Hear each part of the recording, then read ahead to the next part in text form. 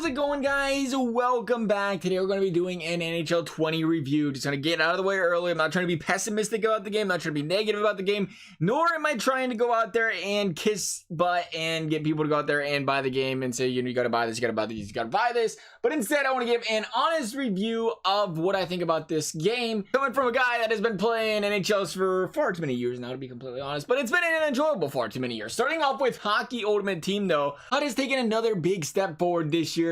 The addition of squad battles gives offline players more things to do. The addition of icon collectibles not only allows for users to have more unique HUT teams by being able to select the icons they want, but they have also made good icons cost more collectibles, so when completing milestone objectives, every team will not have the same Sakic, Madonna, McInnes legend cards on their team for the first 5 months of the game.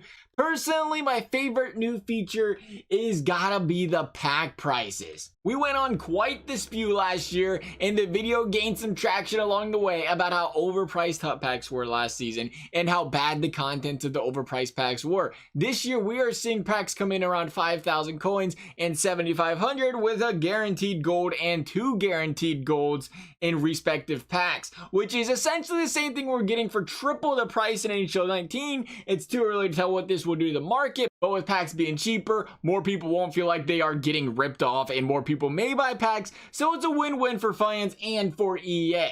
We've also seen HUT Champs and solo challenges brought back once again. Again, not big changes in either department there. You're still playing 2-minute games for every single solo challenge. They have still not incorporated a in-game moment type of deal where there's like 40 seconds left, you have to score a goal. HUT Champs, comp seasons, that stuff was pretty good as it was the year prior. My only concern with HUT would not be answered until further down the road, to be completely honest, and that is how many featured cards get released daily and how many players end up with 99 overalls. Call me old-fashioned, but part of the grind to have the quote-unquote ultimate team is to get the best players in the game, players that only the best of the best and grinders of the grinders, yeah sure, great English, I know, can obtain though. With there being some 199 overalls last year, it felt like the rarity and ability of feeling like you just completed the ultimate accomplishment just hasn't been there the past 2 years. Still, we can't judge in the future, and I honestly am ready to give HUT a 10 of 10, but then I found out that a fan favorite, team collections, have completely been extinguished from the game. Albeit team collections were really not in the game last season either. It cost you collectibles to complete team collection alumni players,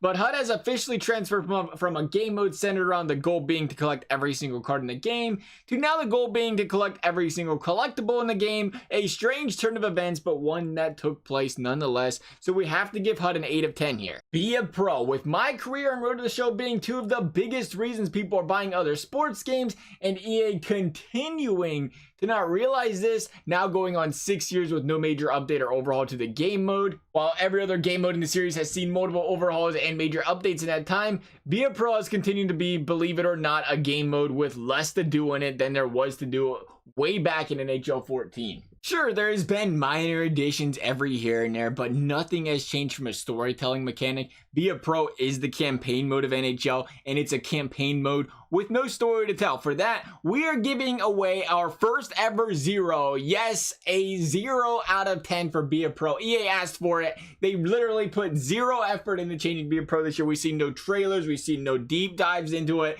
albeit we've seen that in every single game mode besides Be a Pro. They kind of went out there. They made it clear they don't care about Be a Pro. For that, I don't care to give you a rating or a reason to buy Be a Pro. Go buy NHL 17 if you want to play Be a Pro. It's pretty much the same thing.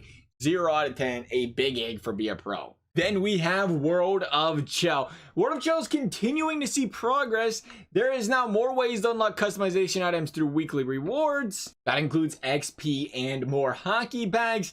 Still sticking with being an online version of Be a Pro, there's once again a big piece missing from the game mode, a reason to grind. Sure, the customization stuff's cool, but the majority of the unlockables are meaningless to most players because they are unusable in club games. Not to mention, a majority of the stuff is random and players can grind all year and never pull the item they want out of a hockey bag. Nothing screams grind and quote-unquote tell your own story better than having the ability to work and grind to unlock XP points or gain progression points for your performances as a pro in games, where you can go ahead and use that XP to go out there and create your own own custom build by using your own custom attribute system like there was back in the day. But another year goes by with no custom attribute points or even an overall leveling up system that forces people to grind the game if they want to have a good player. The comparison I always like to use here is imagine turning on HUT day one and having an all 99 team. The only thing you can do is unlock new jerseys, logos, and so forth. That is ESHL currently in a nutshell. Still, you have to respect the effort that EA is putting into World of Chel, with it now having more game mode options than ever with NHL 1's NHL 3 Pro-Am. And yes, NHL 1's Eliminator is essentially the exact same game mode as NHL 1's Tournament was in last year's game with a different name and a different loading screen. But World of Chel in general continues to be one of the more in-depth game modes in the series. For that, we'll give it a 6.5 out of 10. Franchise mode. Franchise mode has subtly been making small improvements year after year to the pleasure of many fans. With new line chemistry systems this year, and with the ability to be able to go out there and hire head coaches added to the mode, it continues to get deeper and deeper and more enjoyable to play. On the downside, the newly added trade finder mechanic doesn't work for good players. Sure, you can go out there and you can make a nice looking trade for some average players, but you know, the whole purpose of users wanting to be able to make trade finders in the first place was to see how much they can get for their stud players, something that gives you the lovely no trades found in the game. So it's essentially a trade finder system that is almost all but broken right now, and it remains to be unseen without manually proposing a trade that can go out there and move guys like Heiskin, or move guys like Tyler Seguin, or move guys like Jamie Benn. Not only that, but box scores remain non-existent, a feature that you would think would be in this game, but it appears for whatever reason it is still not in this game. Or if you want to go out there and sim up a lot of games like a lot of people in franchise mode do, they want to sim up a lot of games and they want to go back to this game and say, oh, let's see what happened on this game right here. Unfortunately, you click on the game, you can't bring up a box score, you can't see how the players performed or anything like that. A feature that's been in most franchise modes since, I don't know, I was alive maybe. So it's kind of weird to see something like that is still not in the game. So it's unfortunate. There's a lot of depth in franchise mode, but honestly, there's still a lot of laziness and things being looked over that should not be being looked over. And I guess lazy is the best way I can put it. I still have to say though, franchise mode is becoming more and more in depth, and you gotta respect it for that. But of course, there's one other thing we can't forget: GM Connected. GM Connected and a story mode in Be a Pro have been far and away the most requested features by fans over the past few years. And with stuff like that still missing, I have to give franchise mode a 7 out of 10. Like I said, a lot of good things in this mode. There's a lot more depth. A lot of people are happy with the franchise mode. I've been hearing good reviews from people. But if you want a high score, you're going to have to check off the most important boxes. And that's the things the fans want the most. And of course, the laziness box I find to be very important as well. That is still shown from previous iterations. Gameplay. The gameplay's seen a few new improvements this year with new shooting animations, and the game in general just feels like you have a lot more open ice when skating with the puck, to the extent where trapping may not be as effective as it has been in years past. Goalies do a better job of covering the short side goals, which is great considering how often those have been spammed in previous years. Pass intercepts are also a lot better this year. Manually controlling a defender doesn't punish you as much now as it used to. With now, if you go out there, you take your manual defender and you sit in the cross crease in the pass lane, you're far more likely to actually pick off that pass, as you should.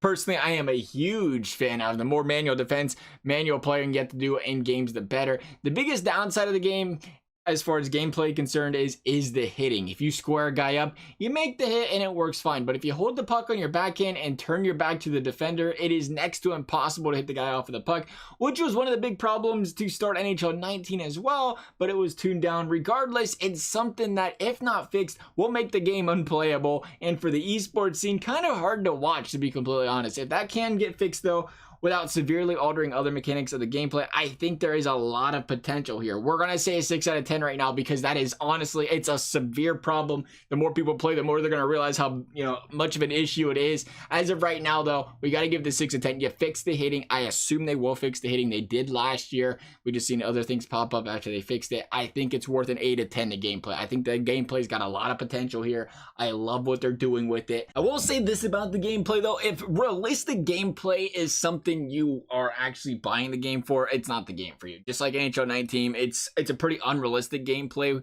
type of gameplay, which, you know, some people love it. It's fine. You know, we talk about unrealistic. We're talking about the backskate. The backskates in the game, the unrealisticness of just a bunch of ballerina skating. Like I said, a lot of people love doing the backskates. That nothing close to realistic, the hockey moves.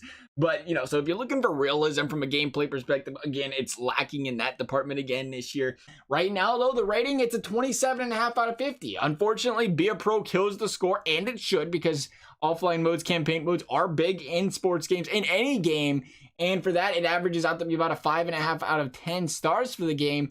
And honestly, that you could argue it's generous. You could argue it's a little bit low. I can see both sides of that argument. That's my personal review on the game. So the big question is, should you buy this game? Now, honestly, it's completely your choice. Now, if you went through this video and you're like, the best stuff that was on the downside, not a big deal to me. I'll go out there. You know what? Then go ahead, buy the game. Not a big deal. Now, if you look at the stuff on the downside and on a good side, and you're like, not enough change for me from NHL 19, NHL 20, then I'd say probably not buy the game. I mean, if you as a sole Be a Pro type of guy or an offline game, I'd probably consider not buying the game, just for the fact that next gen console comes out next year. You're gonna have to pay for that. You're gonna have to pay for the new game. Maybe you don't go down the road then, but at the end of the day, it's your choice, not mine. If you want to get the game, you want to get the game. If you don't want to get the game, you don't want to get the game, right? Best thing you can do is take that 10-hour trial of EA Access, play the game for 10 hours. If you enjoy the game after the 10 hours, then get the game. If not, you cancel EA Access and it costs you nothing to try the game out for 10 hours. As always, though, guys, I hope you enjoyed this video. I'd love to hear what you're thinking about the game if you played it already. Otherwise, thank you guys for watching. We will see you next time.